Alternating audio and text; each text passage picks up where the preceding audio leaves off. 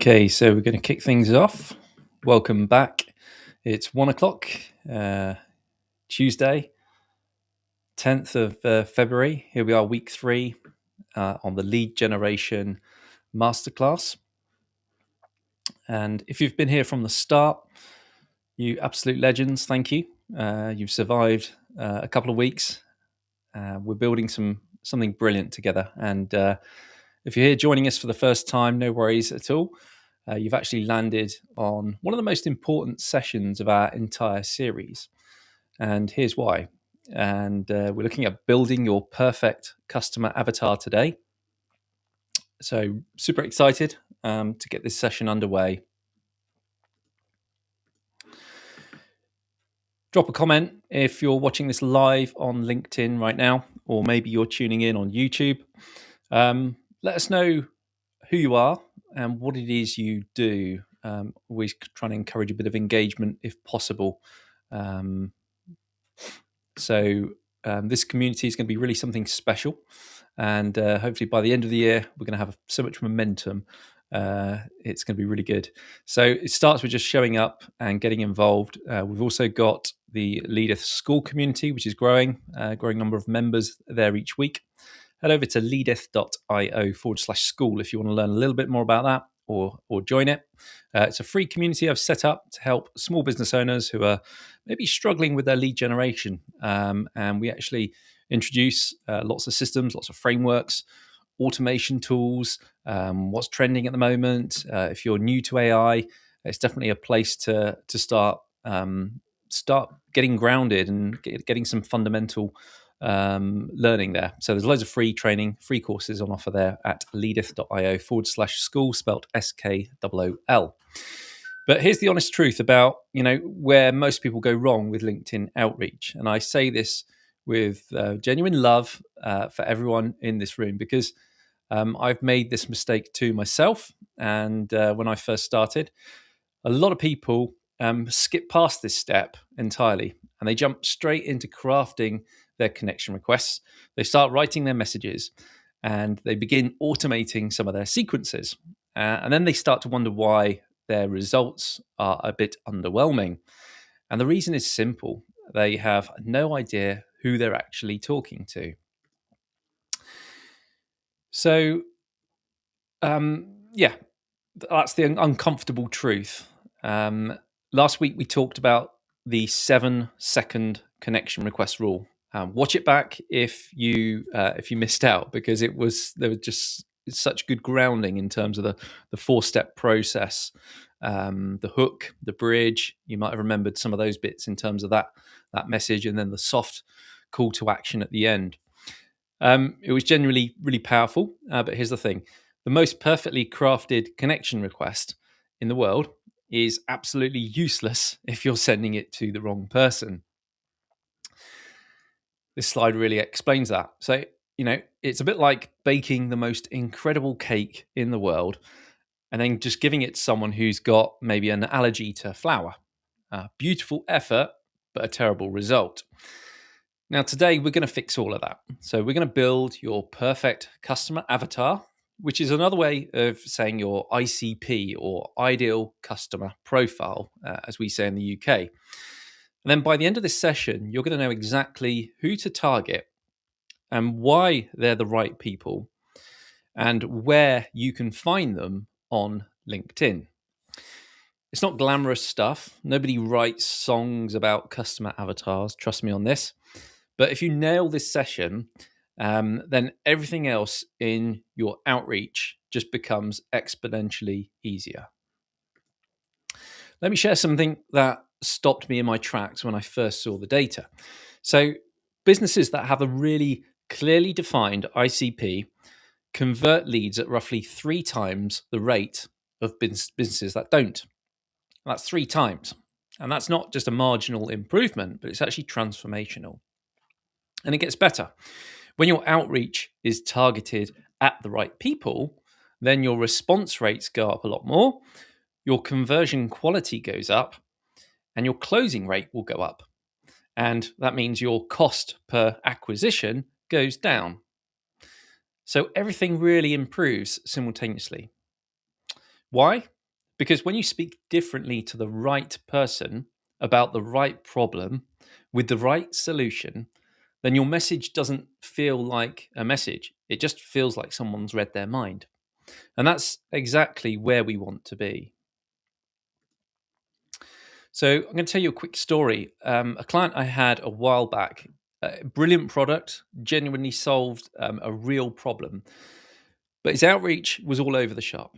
They were messaging everyone: startup founders, enterprise directors, freelancers, students, even retired people were in there. Just anyone with a LinkedIn profile and a pulse, they targeted. And their acceptance rate was around about 22%. And the rate was embarrassing. And they could not for the life of them think, why was the rate so low? So when we sat down properly and defined their ideal customer, everything changed. We narrowed the target audience dramatically, and within 4 weeks, their acceptance rate jumped to 68% and their meeting rate tripled.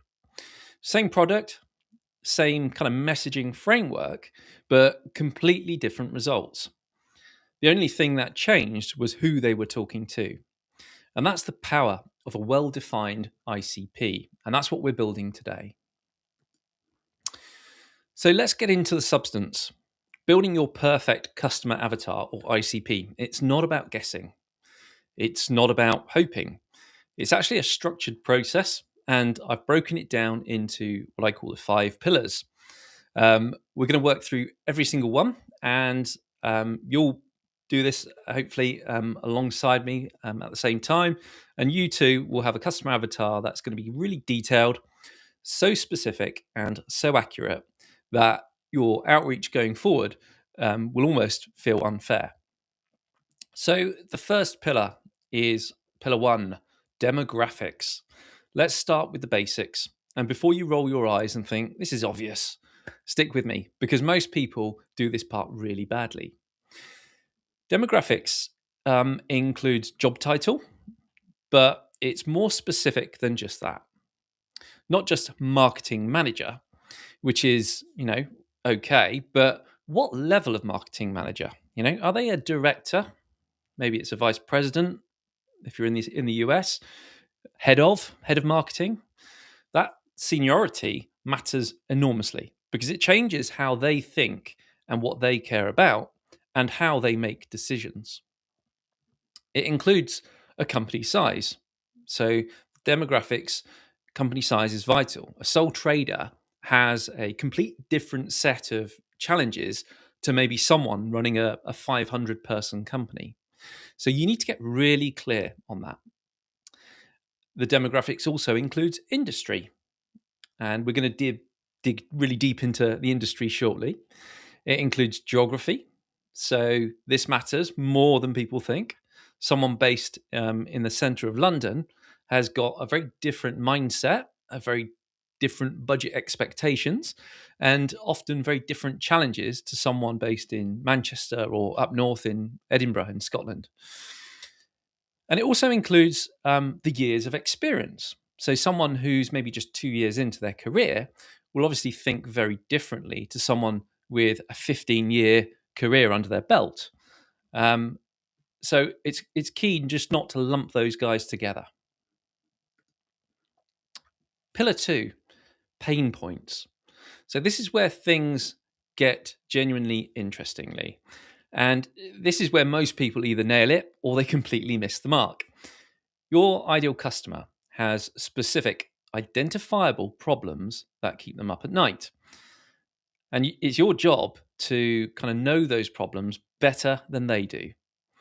So here's a little practical exercise for you. Think about your last 5 clients or customers that you've worked with who were an absolute dream. The ones who got the results and the ones who were engaged throughout the whole program, the ones who thanked you afterwards. What did they all have in common? Write that down. What problem were they trying to solve when they found you? Think about what was frustrating them before they started working with you. And that's really good. So, like competitor analysis. So, write those things down. What do they have in common? What problem were they trying to solve when they found you? And what was frustrating them before they started working with you? Seriously, get a pen, write it down. Those shared pain points are the golden thread that connects your ideal customer. So, pillar 3, goals and aspirations. What's this all about? Well, pain points will tell us where they are now, and the goals will tell us where they want to be. So, what is your ideal customer trying to achieve? What does success look like for them in their role? And what are they being measured against? What would make their boss incredibly happy? So when you start to understand their goals, that means your outreach message, you can start to position you not just someone who fixes problems, but as someone who helps them win. And everybody wants a win. So when you frame your value proposition around their goals rather than your capabilities, something magical really starts to happen. They stop seeing you as a salesperson, but they start seeing you as an ally. Pillar number 4. So this is behavior and habits. And this is the pillar that most people completely ignore. It's one of the most powerful. How does your ideal customer behave on LinkedIn? Do they post regularly? Do they comment on other people's posts? Are they active in any groups? And do they engage with content in the mornings or in the evenings? You know? So when they are most likely to be receptive to a connection request, because you've analyzed it, you know when they're active. So that's when we need to start pushing those connection requests at the right time. Yeah, it could be right after they've just posted something. They could be feeling really engaged on the platform, or you might want to do it randomly on a Tuesday at 3 p.m. when they've not logged in for 3 days. So I know when I want to send my messages out, and I want to use the algorithm, and I want to know when they've recently posted, because obviously that's going to get you so much more traction. So understanding your ideal customer's behavior on LinkedIn means you can cut that outreach time for real maximum impact. And you can also reference their activity in a way that just feels genuine and natural. So we've got an algorithm that runs in the back end of the Lead software, and it's all about identifying recent posts. It could be identifying a recent comment, and then that would be the intro. It would recognize that and say, "Hey, I saw your comment on XYZ," and then it'll link your outreach message to whatever they've recently posted. So it's really super relevant, and we're seeing some incredible traction. We're seeing connection acceptance rates of around about 68% on a group campaign that I've been running recently. We'll come to that a bit later. Pillar number 5 is what we call the decision trigger. Now, this is my personal favorite. It's the one that separates good targeting from exceptional targeting. What is the specific event or moment that you would like your ideal customer to suddenly be receptive to what you have to offer? So, what is that specific moment that makes them really, it pricks their ears up, it makes their eyes bigger, gets them thinking more? Have a think about that. So, something's happened in their world that's obviously created that specific need. Maybe it's their company has just announced a hiring freeze, which means they need to generate more from their existing team. Maybe the individual has just got promoted, and that's a clear signal that they need to prove themselves quickly. So maybe a competitor has launched a new product, and that means they need to stay ahead of the game. So these triggers are real gold. And when you can reference a trigger in your connection message, you're not just reaching out, you're actually arriving at exactly the right moment with the exact right message for the individual. And LinkedIn makes these triggers increasingly visible if you know where to look for them. And we'll cover some of that in the next section. So right now, you've kind of built out that avatar, and you know who they are, what they struggle with, and what they want to achieve, how they're behaving, and what triggers their need. It's brilliant. So now, how do we actually find them? Well, LinkedIn is genuinely kind of one of the most powerful targeting tools on the planet. I can't remember how many billion users now it's at, but it's a plethora of data and it's constantly growing. And there's more users joining the platform in 200 plus countries. It's incredible. And most people just kind of scratch the surface of what it actually has to offer. You need to set it up properly. I've done a video. I can share a link in the comments below, comparing the difference between a free basic LinkedIn version and something called Sales Navigator. So Sales Navigator, if you're not aware, is a premium paid for subscription of LinkedIn. And it unlocks a whole host of different filters. And it's really helpful if you're looking to find individuals and search. So think of your search box that you see in the top of LinkedIn. It's kind of gives you a lot more filtering on all the different search criteria that you could find people on. So most people would just hit maybe a job title and then press go, and that's the bare minimum. But with LinkedIn Sales Navigator, you've got additional search filters that will allow you to narrow down by specific job titles, company size, industry location, and even how recently somebody changed jobs. And that last one is a particularly powerful indicator because someone who's just started a new role is often looking to make that impact really quickly. So they're much more receptive to messages. They're much more motivated and potentially your perfect target. So if we flick over to a screen here, I'm just going to go over to linkedin.com. Sign in. Let's see if I can sign in with Google. And you get the classic verification now. So you have to get the app out on your phone.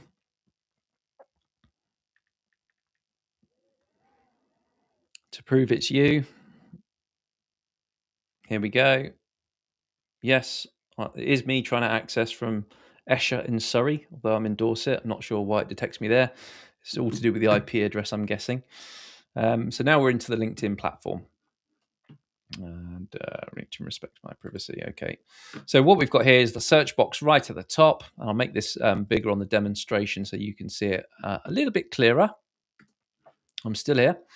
So you've got the search box. If you've got the free version of LinkedIn, you can start to unlock some of the basic filters here. But if I want to search for marketing director, you could just type that in and then go to see all results. And then on the back of that, we can search for people. So marketing director in people. Now, marketing director, we're actually searching a variety of different fields in that generic search field. If we want to be a bit more specific, we can do that. So I'm just going to pull that out of there and go to all filters. And we can say, right, I just want to connect with people that are 1 degree away from me because they're a bit warmer. And then we've got locations, right? I now want to target specific locations. So if I just want to target England, for example, I can do that. And then you can go a bit further on. I can target specific companies if that's relevant. I can target connections of other people I'm part of, followers of specific other LinkedIn profiles. All could be really helpful to find and refine your search. Past companies, schools, industries. Here we go. So this one's quite cool. If they're in an industry, so this is basically made up of all the common industries that are in my network. But if I'm looking for something new, maybe let's be random. Let's cite for something like insurance. What would that come under? There we go. There's an insurance category. Insurance agencies and brokerages, insurance carriers. So yeah, I'll just go for a generic insurance and maybe have a look at finance as well, because that's quite, I've got some experience with finance. Helps if you can spell. Finance. Yeah, struggling with it. Financial services, that's why it comes up. So I've got a couple of different categories there. So ideally, you only want to segment one industry. Profile languages, not really relevant because most people in my network in second degree are going to be English, but you can tick it if you want to. And then you've got some further options here. So different service categories. And here you go, you've got job titles. So if I want to search for a specific job title, like it has to be word for word marketing director, or I can put in or, and then put in brackets here, head head of marketings are also pretty senior. Would love to speak to those guys as well. And bingo, click show results. And then we've got a list of prospects that we've now identified. And you can see the category filters have come up the top here. So there, yeah, that's just one way of lasering in on prospects. Just share that with you on the LinkedIn stream as well. And we're going to go back to the slide deck. So yeah. So as I say, LinkedIn basic search. When you go into Sales Navigator, that's where you can start to unlock how many employees are in the business, and you can get a free trial of Sales Navigator. And also there's insights there in terms of indicators like when they've changed jobs in the last 90 days, whether they're active on LinkedIn. So yeah, it just allows you to narrow down more than just the job title, the company size, the industry, and location. But when they've changed jobs and whether they're active on the platform, that sort of stuff is really helpful. And if you keep those filters on, then you're going to be talking with much more open people that are much more willing to accept a connection request. Really powerful, and give it a go. So Sales Navigator, typically it costs here about £96. In the UK, it's about £80 plus the VAT. It's quite a pricey investment. We can provide team seats for around about £20. So reach out to me if you're interested in a slightly cheaper version of Sales Navigator, a team seat. We've got some licenses that are available, which makes it easier to stomach that price, especially if you're a small business and the finances are tight. But that Sales Navigator tool allows you to save your searches. And then it can automatically update when new people are added to your search criteria. And you get these alerts every time there's a changed job or someone's posted content. Basically, it's doing a lot of the research stuff for you in the background. Now, LinkedIn groups are really massively underused. They're an absolute goldmine for finding your ideal customers. Here's the thing: when someone specific joins that specific group, they have literally told you that what they are interested in. So if a marketing director joins a group called Digital Marketing Strategy for SaaS Companies, and that's the name of the group, yeah, they've basically just handed you everything on a plate. It's a gift.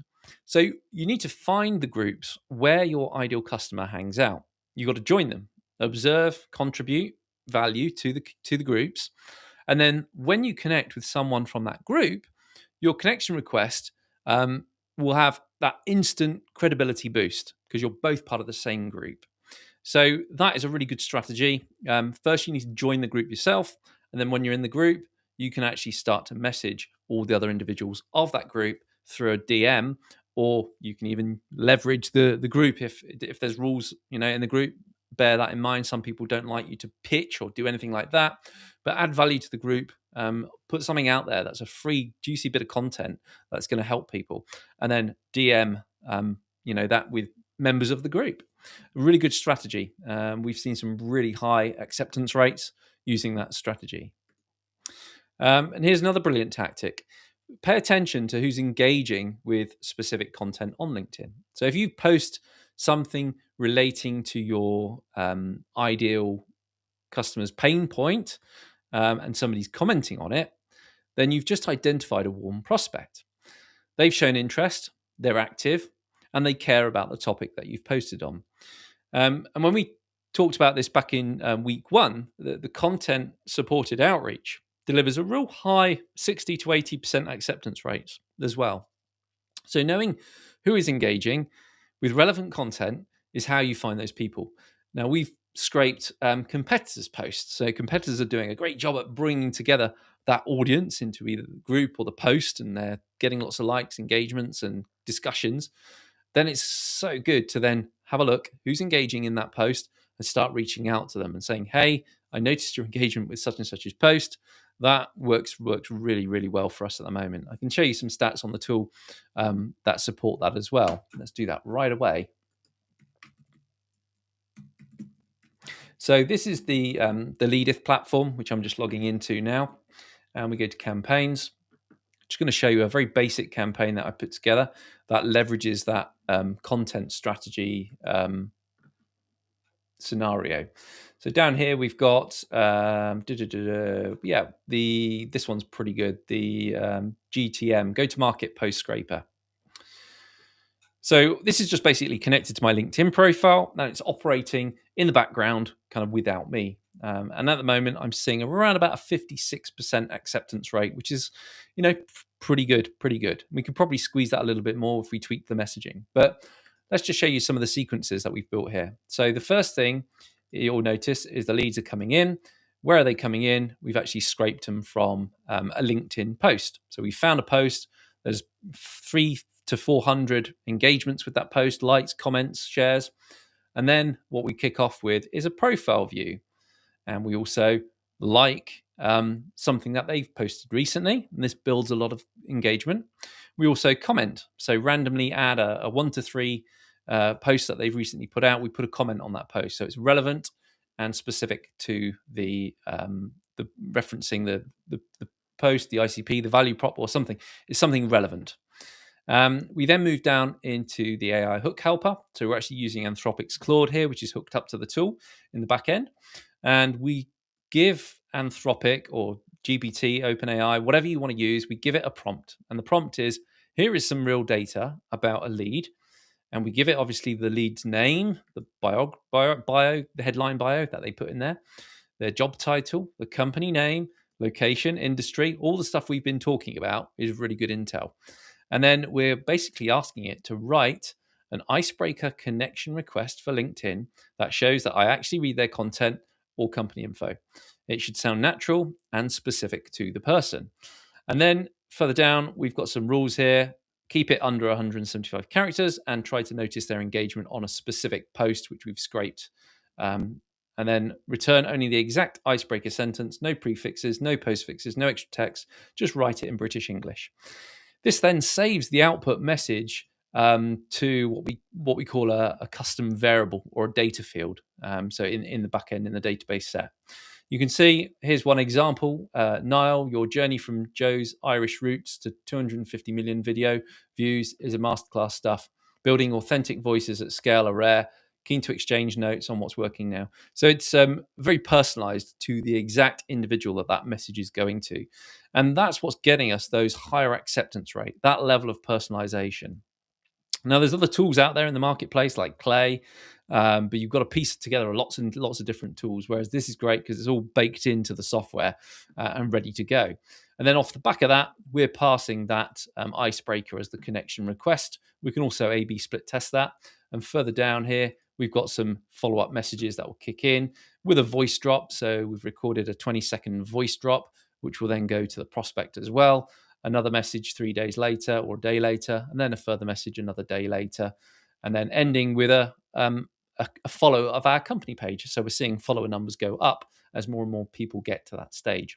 So that's a bit of an example in terms of how we're applying it. Obviously, if they choose not to accept, you've got an email option. Again, we're leveraging the icebreaker field in the email as well to make the email more pertinent. If they still haven't responded, a lot of people would add in this step here. This is called a withdraw. And the benefits of withdrawing means you can then reconnect to them after 3 weeks of them not accepting your withdrawal, not accepting your acceptance request. It gets withdrawn, and then you can go back to the top and start and target them again. So you can recycle some of your data, some of your leads. So that's just a bit of what we're up to with post scraping. And let's go back to the presentation. So that's the content strategy which I've shared. We talked about it. Go back to week 1 because we explained a little bit more about there. But in terms of how we apply it in the software, that should give you a bit of a better understanding of what we're physically doing. Now, let me give you some practical targeting advice here. A bit of a checklist. Every single one of you can use this every week. So, number 1, your weekly rhythm. Define those top 3. Not 10, just 3 job titles. Secondly, identify 2 or 3 industries where your solution works the best. Three would be to set your company size range. If you've not got access to Sales Navigator, get a free trial. That'll unlock that. Or use another tool like Apollo.io.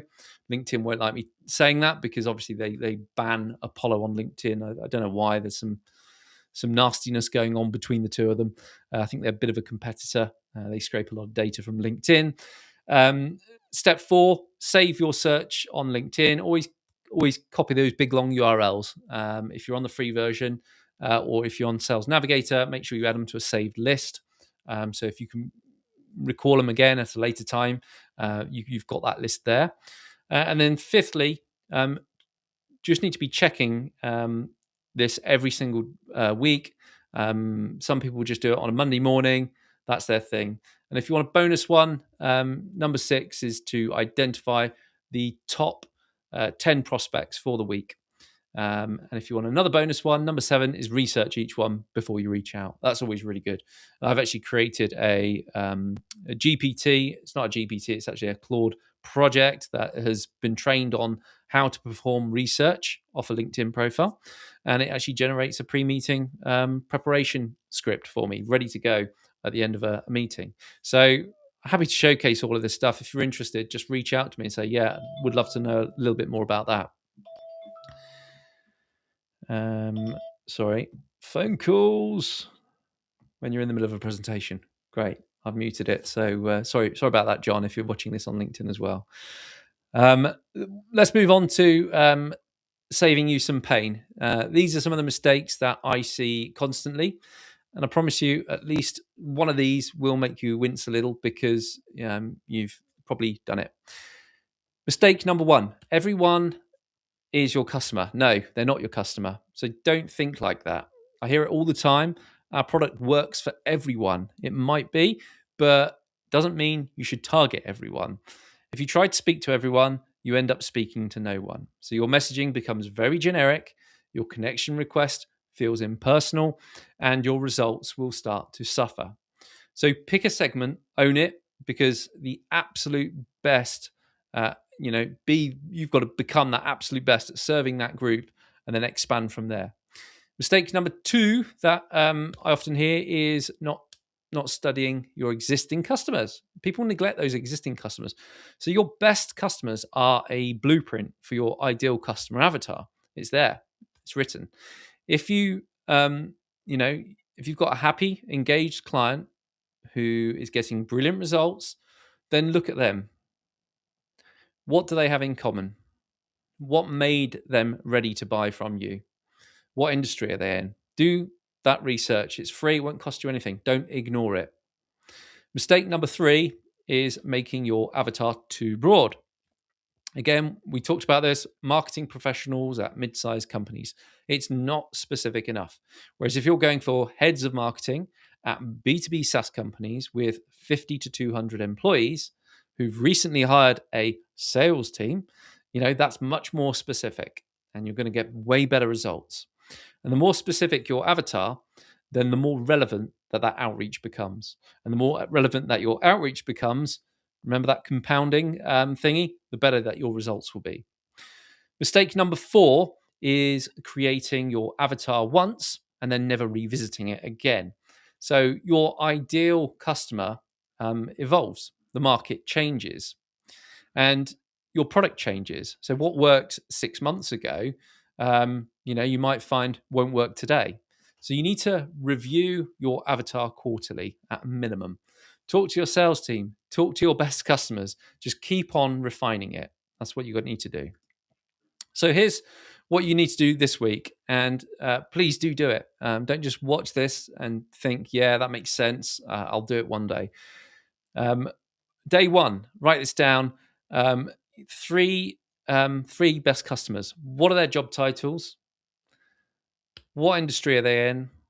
What size businesses are they in? And what problem did they have before they worked with you? So what made them ready to buy from you? Day 2, think about it this way. Identify the common threads. What do they all share? That's the core of your avatar. Day 3, look at the building that avatar using the 5 pillars we've just covered today. So write it out in detail, make it real, give each avatar a name if it helps you to think about them as a real person, or personify it. Often that can help. Day 4, set up your LinkedIn search using your new avatar criteria, and don't forget to save it. By day 5, now you can identify the top 10 prospects for your next week, and then research each one, find their pain points, find the triggers. So the single most important thing that I want you to take away from this session is that your outreach is only as good as your targeting. So you can have the cleverest messages in the world, the most beautiful profile, the best automated tools on the planet that money can afford. But if you're pointing all of that to the wrong people, then none of it will matter. So you need to get your avatar right. Everything else will just start to fall into place. And here's something I want to leave you with because I think it's important. The process of understanding your ideal customer, it's not just a sales tactic. It's fundamentally about serving people well. So when you truly understand who needs what you offer, and then you reach out to them in a way that is genuinely helpful, you're not being pushy, you're not being manipulative, you're just connecting the right people with the right solution at the right time. And that's a good thing. And then there's nothing wrong with being brilliant at finding the people you can genuinely help. In fact, it's a shame if you did not. So build that avatar with care, do it with intention of serving people well, and then watch everything else. It will just fall into place. So next week, we're actually tackling automation without losing your soul. We're going to talk about how to use technology to really scale your outreach whilst keeping it feeling genuinely human. So that's a big thing that a lot of people come to me about, and they'll have a lot of fears about AI bots taking over and them not having the control. But how do we do that? So it's going to be a brilliant session. So before we wrap up, love to hear from you. Drop in the comments. Do you currently have a defined customer avatar? Be honest, no judgment here. Curious to learn and identify, help you out and support you in that process. If you want me to send the full customer avatar template that we've used today, it's a proper detailed fill in the blanks PDF that you can use straight away. Just comment avatar below on this LinkedIn video live, and I'll DM it to you personally as soon as I can. So thank you for being here. Thank you for showing up, and thank you for caring enough about your business and to invest your time in learning this awesome stuff. So go build the avatar this week, and I'll see you next Tuesday. And we're going to be getting going with week 4, but it's going to be an earlier time of 9:30 because here in the UK we've actually got the half-term break. I like to spend my afternoons with the little ones, so we're going to start off at 9:30 for a slightly earlier session. I'll stick around on the LinkedIn chat for another 5 or 10 minutes just to kind of mop up any questions or comments. But thank you so much for being with us today.